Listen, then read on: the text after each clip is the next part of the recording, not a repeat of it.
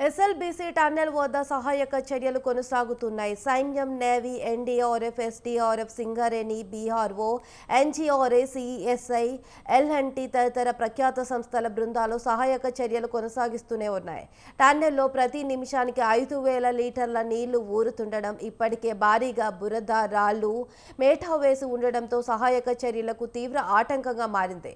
కార్మికుల క్షేమంపై రోజు రోజుకు ఆందోళన పెరుగుతున్నా ప్రభుత్వం వారిని ఎలాగైనా రక్షించాలని శతవిధాల ప్రయత్నాలు చేస్తుంది.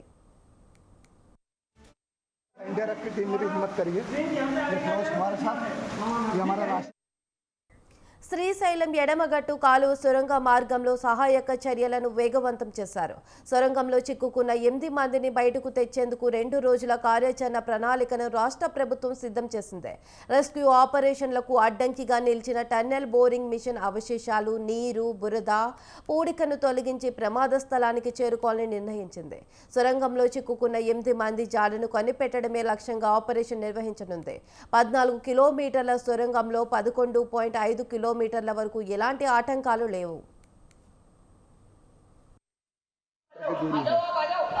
और हम यहाँ पर भंगार पड़ा है, जितना इसी भंगार के पहुँचते हैं जहाँ पे लैंडस्लाइड हुई है, हम बिल्कुल एग्जैक्ट बिल्कुल उसी मशीन के पास खड़े हैं। जो टनल जो मशीन है वो हो रही है, वो मशीन का फाउंडेशन లోకో ట్రైన్ వినియోగించుకోవచ్చు. ఆ తర్వాత 2-3 అడుగుల వరకు నీరు నిండి ఉంటుంది. ఇది లోకో ట్రైన్ ప్రయాణానికి అడ్డంకిగా మారుతుంది. అందుకే వేగంగా డీవాటరింగ్ చేసి నీటిని తొలగించాలని అధికారులు నిర్ణయించారు. ఆ తర్వాత సహాయక చర్యలను టన్నెల్ బోరింగ్ మిషన్ అవశేషాలు అంతరాయం కలిగిస్తుంది. 14వ కిలోమీటర్ వద్ద పెద్ద ఎత్తున మట్టి కుప్పకూరడం, సెగ్మెంట్లు కుంగిపోవడం, వరద ఉత్పత్తి అధికంగా ఉండడంతో టన్నెల్ బోరింగ్ మిషన్ వెనుక భాగం 1/2 కిలోమీటర్ వరకు కొట్టుకువచ్చింది. देख रहे हैं कुछ मिल जाएगा। ये फिरोज हम पहुंच चुके हैं मशीन के पास बिल्कुल। ये देविंदर, ये मुन्ना कुरैशी, ये है मशीन। और बाकी का हिस्सा जो इधर कह रहा है, तो जहाँ पे आप एक लाइट देख रहे हो, यहाँ से 150 से 200 मीटर के करीब दूरी है जहाँ लाइट देख रहे हो।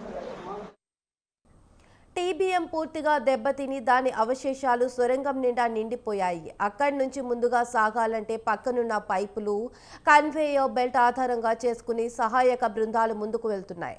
అలా కాకుండా టీబీఎం వెనుక భాగాన్నంతా గ్యాస్ కట్టర్లు, ప్లాస్మా కట్టర్లతో కట్ చేసి వేరు చేయాలని నిర్ణయించారు. కొట్టుకు వచ్చిన టీబీఎం తక్కువ భాగాల్లోనూ సొరంగంలో చిక్కుకున్న వారి జాడ ఉండొచ్చని అంచనా వేస్తున్నారు.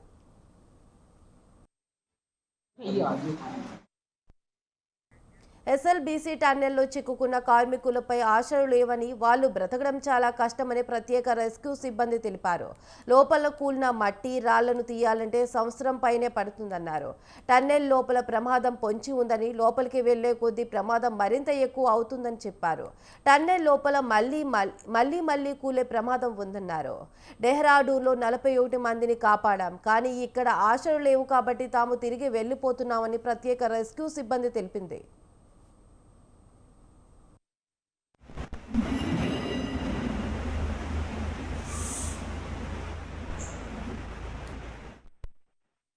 उधर देखा, अपना रास्ता बनाया। बहुत कठिन बात है उधर जाना अभी, और भी है और लोग भी है हमारे।